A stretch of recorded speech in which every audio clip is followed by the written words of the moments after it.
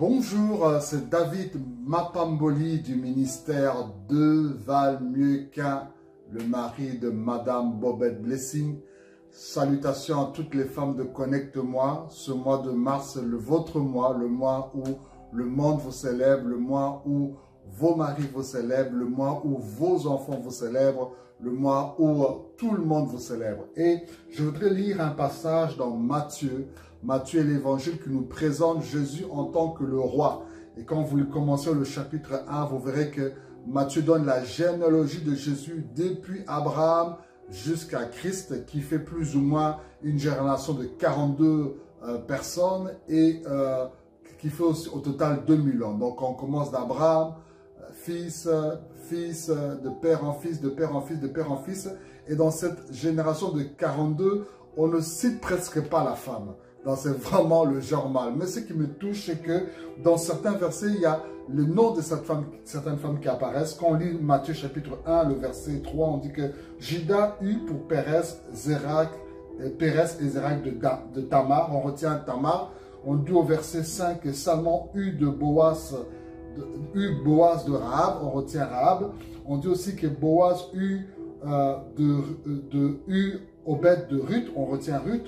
On dit aussi que le roi David eut Salomon de la femme d'Uri. On retient la femme d'Uri qui s'appelait Bathsheba. Et on nous dit aussi que Jacob eut pour fils Joseph, l'époux de Marie, par laquelle est né Jésus, qu'on appelle le Christ. On retient Marie. Et quand vous suivez la vie de ces femmes, certaines de ces femmes avaient un passé difficile. Tamar était veuve. Elle a dû se comporter comme une prostituée pour aller coucher avec son beau-père Juda. Mais malgré cette voie-là, Dieu a changé dans sa souveraineté que les enfants que Tamar allait avoir avec son beau-père Juda, ce sont ces enfants qui allaient faire partie de la généalogie de Jésus.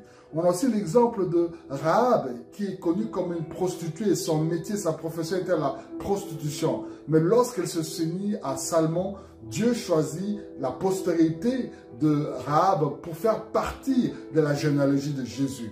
Et puis nous avons aussi l'exemple de Ruth, qui s'est retrouvée veuve très jeune. Mais Dieu a fait grâce qu'elle se remarie avec Boaz et de sa postérité vient aussi la généalogie de Jésus. Et puis on a aussi la femme d'Uri, avec qui David a commis l'adultère. Mais ensuite Dieu pardonne David et il a de nouveau un enfant avec Bathsheba et ils ont Salomon et c'est là la généalogie de Jésus. Et puis pour finir, nous avons Marie qui était vierge et se retrouve enceinte. Son fiancé voulait même divorcer, mais Dieu lui dit ne divorce pas, elle est la femme de ta vie. Et par elle, la généalogie Jésus-Christ né. Donc bien aimé, les exemples de toutes ces femmes nous montrent que peu importe ton passé, peu importe tes faiblesses, peu importe tes handicaps, mais Dieu t'a choisi femme.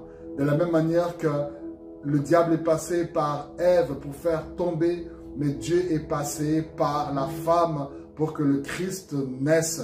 Et Dieu veut passer par une femme en ce jour pour lui dire, tu seras l'instrument de bénédiction. Je sais que le monde n'aime pas cela. Lorsque nous lisons Proverbes chapitre 30, le verset 21 à 23 nous dit, il y a 3 choses qui font trembler la terre, même 4 qu'elle ne peut supporter. Et ce qui me touche, on dit au verset 23 que ce que la terre ne supporte pas, c'est une femme détestée qui se marie et une servante qui dépossède sa maîtresse. Dieu veut faire des choses qui étonnent le monde. Dieu veut faire des choses qui tremblent le monde. Dieu va faire des choses qui vont manifester sa gloire au travers de toi. Femme, ne sois plus blessée, ne t'abaisse plus. Tu es le choix de Dieu. Et je célèbre en ce jour ma femme Bobette Blessing, qui est le choix de Dieu. Je célèbre ma mère, Maman Thérèse. Je célèbre ma belle-mère, Maman Yvonne. Je célèbre mes sœurs. Je célèbre aussi la servante de Dieu, Maman Popol, l'auteur de ce ministère merveilleux. Et je célèbre toutes les femmes connectées dans le monde entier. Soyez bénis, vous êtes le choix de Dieu au nom de Jésus. Amen.